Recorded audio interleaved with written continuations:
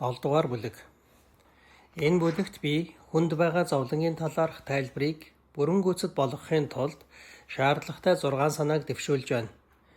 Эдгээр санаанууд нь нэг нэгнээсээ урган гарсан хоорондоо холбоотой зүйлүүд биш учраас тодорхой дараалалгүйгээр яригдах болно. 1.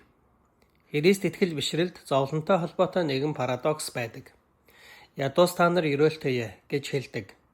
Гэвч шүүлт болон хандив тусламжаар дамжуулан боломжтой бол бид бүх газарт ядуурлыг арилгах ёстой.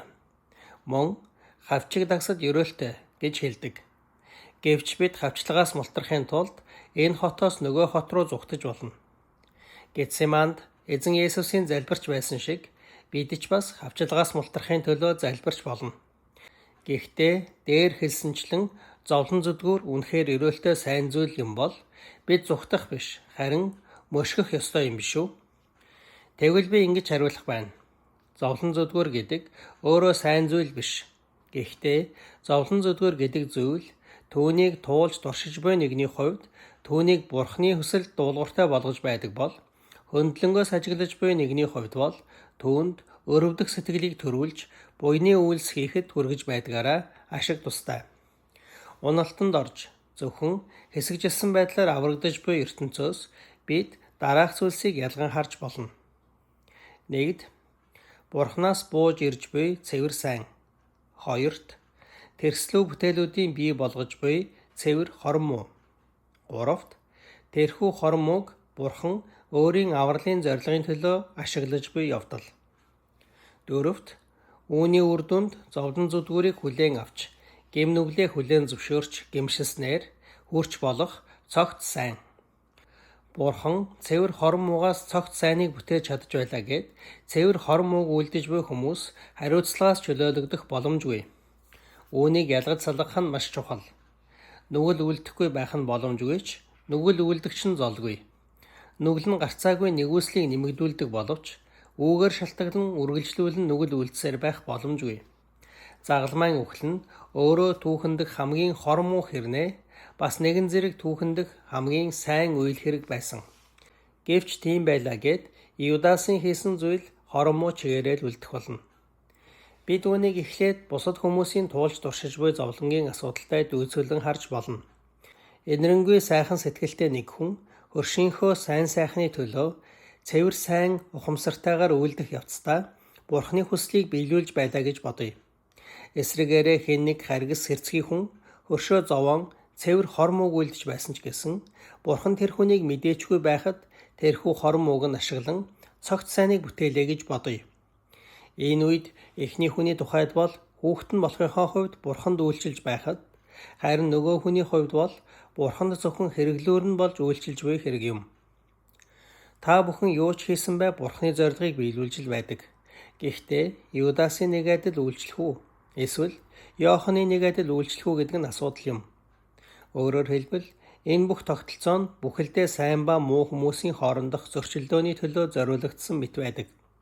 Харгас муу үйлдэлүүд оршсоор байгаа нь сайн хүмүүсээр дамжуулан тэсвэр төвчээр, инрэл хайр, өршөөл уучлал гэх мэт сайн үр жимсийг төрүүлэхийн тулд сайн хүмүүс ихэвчлэн үргэлжлүүлэн цэвэр сайнны хойноос мушигсоор байх шаардлагатай. Би энд ихэвчлэн гэж хэлж байгаа нь зарим тохиолдолд бусдад өвдөлт учруулах эрх мэдэл хүнд өгөгдөж болох юм. Гэхдээ энэ нь зөвхөн зайлшгүй шаардлагатай эсвэл нэн яралтай. Мөн энэ нь илүү сайн үр дүнд хүрнэ гэдэг нь тодорхой үед л хүлээн зөвшөөрөгдөнө. Мөн ихэнхдээ өвдөлт учруулж буй хүн ийм зүйлийг хийх тодорхой эрх мэдэлтэй байх ёстой. Тухайлбал байглаас эцэг эхэд, нийгмээс шүүх зэрэг цагдаад ийм эрх мэдэл өгөгддөг бөгөөд мөн ихэнх тохиолдолд өвчтнөөс эмчид ийм эрх мэдэл өгөгддөг. Зөвхөн ийм эрх мэдлийн дагуу үлдэж байх үед л бусдыг өвдөх нь тэдэнд зөвшөөрөгддөг. Үүнийг зовлон тэдэнд сайн зүйл учраас хүнийг зовоож болно гэсэн зарчим болгон хувиргаж Бурхны ташуур хэмээн хашгирч байсан Кристофер Маллоугийн галзуу байгаа нь үнэндээ Бурхны төлөвлөгөөг нурааж буй зүйл гэхээсээ илүү тэрхүү төлөвлөгөөнд доторх сатааны үүргийг өмнөөс нь сайн дураараа гүйцэтгэж өгч буй хэрэг юм. Үүнчлэн хэрвээ та сатааны үүргийг гүйцэтгэж байгаа бол сатааны төлөх төлөөсийг нь ч бас хуваалцахад бэлэн байх хэрэгтэй. Өөрийнхөө зовлонгоос зайлсхийхэд ч бас үүнтэй ижил төстэй шийдлийг санал болгож болно. Зарим нэг бие зовох үзлийг баримтлагч нар өөрийгөө харгислахыг сүнслэг байдлын дасгалжуулалтын нэг хэлбэр болгон ашигласаар ирсэн. Энгийн итгэгч хүний хувьд энэ нь үнэхээр ухаалаг арга зам мөн эсэх талаар санаа бодлоо илэрхийлэх бодол надад алга. Гэхдээ бие зовоож байгаа нь ямар ч ач тустай байсан гэсэн Бурханаас илгээж буй зовлон сорилтоос огт өөр зүйл гэдгийг онцлон тэмдэглэмээр байна. Хүссэндээ биш, мөнгөгүйгээсээ болж хоолгүй хонох нь мацаг барихаас огт өөр зүйл гэдгийг хэн хүнгүй мэдэж байгаа. Мацаг барих нь хүсэл зориг нь шунал хүслээ дийлж буй хэрэг учраас шагналд нь бие захирах чадварыг олж авч болохч бардан байдал хүргэх аюулыг дагуулах магадлал өндөр байдаг. Өөрийгөө албадан өлсөх нь шунал ба хүсэл зоригоо хоёуланг нь Бурханы хүсэл захируулж дуулууртай байх боломжийг бий болгодогч нөгөө талаараа бас биднийг гомдол тэрслэлд хүргэх эрсдэлтэй. Гэтэл уг нь өвчин зовлонгоор дамжуулан бий болдог золилтын үр нөлөө нь тэрслүү зөрүүл хүслийг номхотоход оршдог.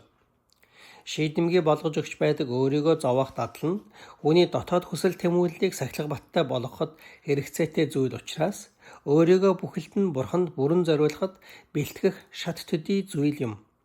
Ийм дадлууд нь зөвхөн хэрэгсэл төдий зүйл болохоос зорилгоо болгох зүйл биш. Хэрвээ үүнийг зорилгоо болгоод явах юм бол аимшигтай үр дүнд хүрэх болно. Учир нь үүний үр дүнд хүн дур таашаалаа хүсэл зоригоор орлуулдаг. Ингэснээр хүсэл тачаал захирагдсан амьтанлаг бие хүнийг бардам өөрийгөө дөвөөлгсөн чөтгөрлөг бие хүн болгон хувиргаж буй хэрэг юм. Иймд зөвхөн Бурхан л хүнийг жинхэнэ утгаар нь номхруулж чадна гэж хэлсэн нь үнэн юм.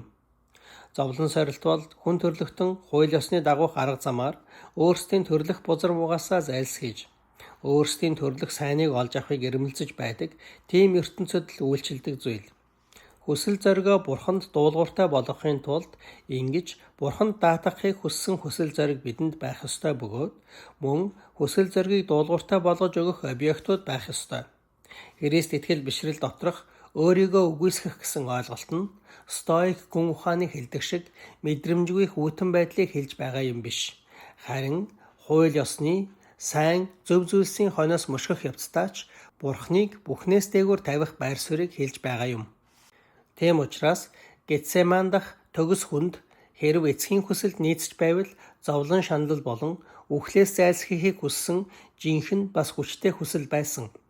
Гэвч бас нөгөөтэйгүүр түүний энэ хүсэл эцгийн хүсэлтэд үл нийцэж байвал баяртайгаар дуулууртай дагах төгс бэлэн байдлыг ч мөн адил тээж байсан. Эзний шав болж амьдарч эхэлсэн тэр мөчөөс эхлэн өөрийгөө бүрэн үгүйсэг хэмээн зарим гэгентнүүд зөвлөдөг.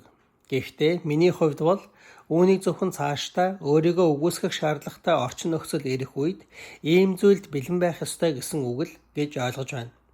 Яагад гэвэл энэ мэтчлэн хүн хорон бүрт зөвхөн Бурханд л дуулууртай байна гэсэн хүсэл зоригийг бариад амьдраад байх боломжгүй. Ийм үед яг юугаар Бурханд дуулууртай байна гэсэн үг вэ? Миний хүсэж байгаа зүйл бол хүсэж байгаа зүйлээ Бурхан захируулахыг хүсэж байна гэх юм бол энэ нь өөртөөгөө зөрчилдөж байна. Учир нь хоёр дахь хүсэж байгаа зүйл гэдэг дотор ямар ч тодорхой утга санаа алга. Бид бүгд л зовлонгоос зүгтэж зайлсхийхэд хэтэрхий их анхаарал тавьж байгаа нь эргэлзээгүй үнэн. Гэхдээ зовлонгоос зайлсхийхийг хүсэж байгаа нь зохистой хэмжээнд зөв хууль ёсны арга замаар хэрэгжиж байгаа цагт бол энэ нь байгалийн зам ёсны дагуух зүйл юм. Өөрөөр хэлбэл зовлон сорилт нь золилтын үүрэг гүйцэтгэж байхаар бүтээгдсэн бүтээл болох ертөнцийн бүх үйл ажиллагааны системтэй тохирч байдаг гэсэн үг. Тийм учраас зовлонгийн талаарх Христ итгэл бүхий үзэл санаа нь энэ дэлхийг хүлээн авснаасаа илүү сайжруулан үлдээх ёстой гэсэн бидний үүргийг хүчтэй чухалчилж байдаг Христ итгэлийн үзэл ойлголттой эргээд харшилж байна гэж үзэх нь буруу. Эзэн эцсийн шүүлтийн талаар хамгийн тодорхой дүрсэлсэн сургаалт зөвлөлд дээр бүх сайн чанарыг бодтойгоор үйлдэгдэж буй энэрэнгүй сайн үйлс рүү төвлөрүүлсэн байдаг. Хэдийгээр энэ зөвлөл нь сайн мэдээнээс тусад нь дангаар нь авч үзэх юм бол буруу ойлголт төрүүлж болохоор байдаг ч гэсэн Христ итгэл бишрэл бүхий нийгмийн ёс зүйн үндсэн зарчмыг маш тодорхой харуулж өгч байдаг. 2.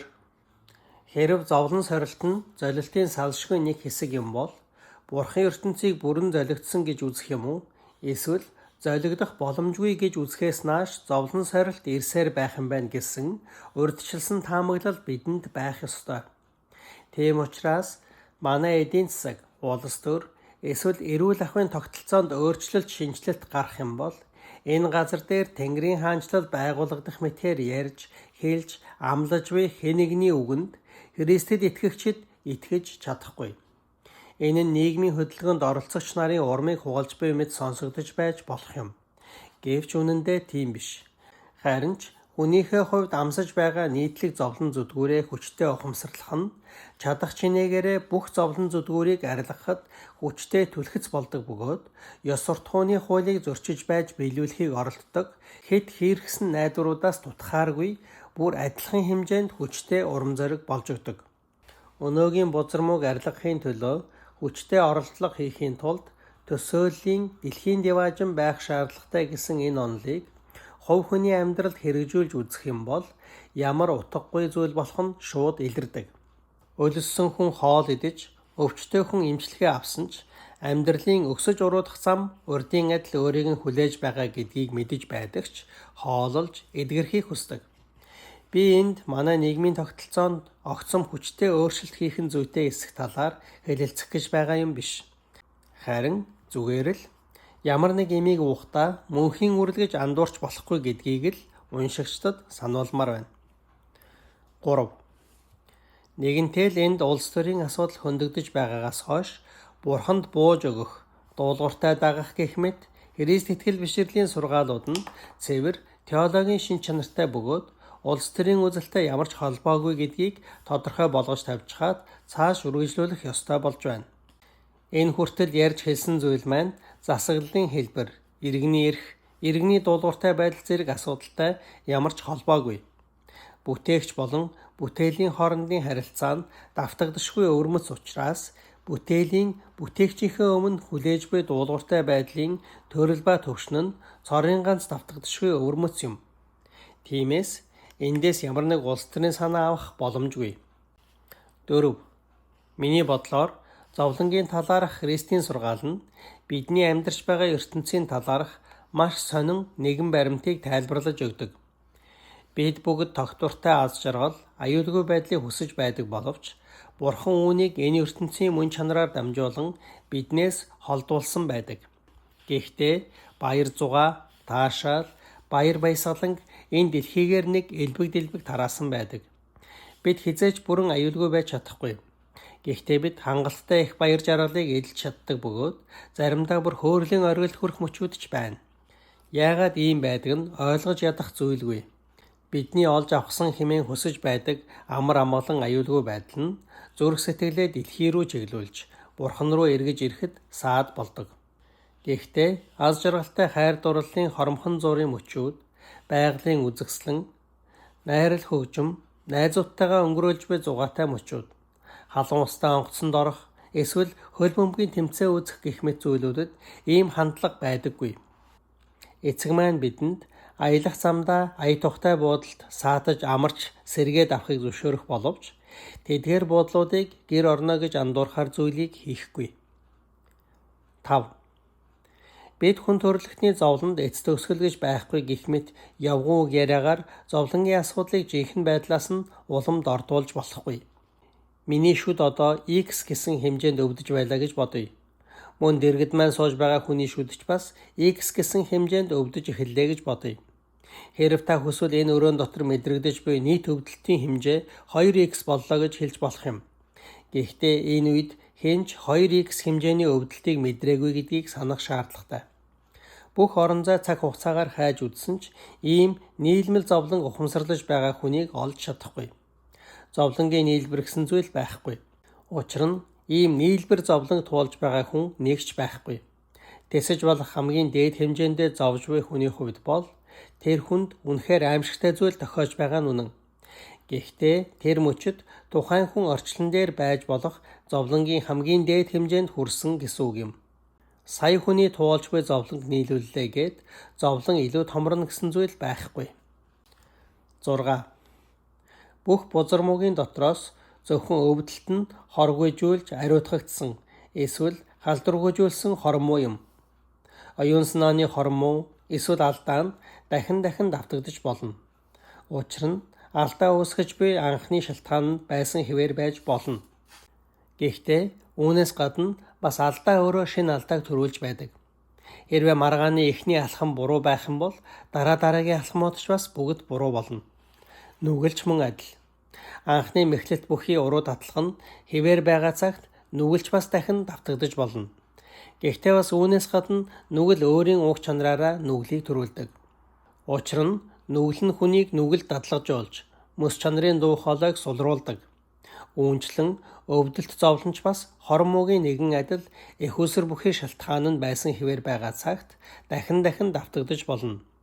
Гэхдээ зовлонгийн мөн чанарт өөрт нь өсөх хандлага байдаггүй. Зовлон дуусах юм бол шууд утгаараа дуусч аяндаа баяр хөөр ирдэг. Энэ ялгааг бас өөрөөр тайлбарлаж болно. Хэрв та алдаа гаргасан бол шалтгааныг нь арилгахаас гадна алдаагаа өөрөө засах шаардлагатай. Үүнчлэн та нүгэл үлдсэн бол нүгэл үлдэхэд хүргэсэн мэхлэлт уруу таталтаас ангижраа зогсохгүй нүглээс эргэж гэмээ улаах ёстой. Өөрөөр хэлбэл дээрх хоёр тохиолдлын аль алинд нь буцааж засах үйлдэл шаардлагатай байдаг. Гэтэл өвдөлт зовлонд ийм буцааж засах гэсэн зүйл шаардлагагүй. Өвдөлт үүсгэж буй өвчнийг эдгэх шаардлага бий боловч өвдөлт нэгэнт дуусгар болсон бол халдваргүй, үржилгүй болсон байдаг. Харин эсрэгээрээ засагдаагүй алдаа ба гэмшээгүй нүгэл бүр нь мөн чанараараа дахин шинэ алдаа, дахин шинэ гэм нүгэл тасралтгүй урсах их үүсвэр нь болж өгдөг. Мөн би алдаа гаргавал миний алдаа надад итгэж байсан бүх хүмүүст нөлөөлдөг.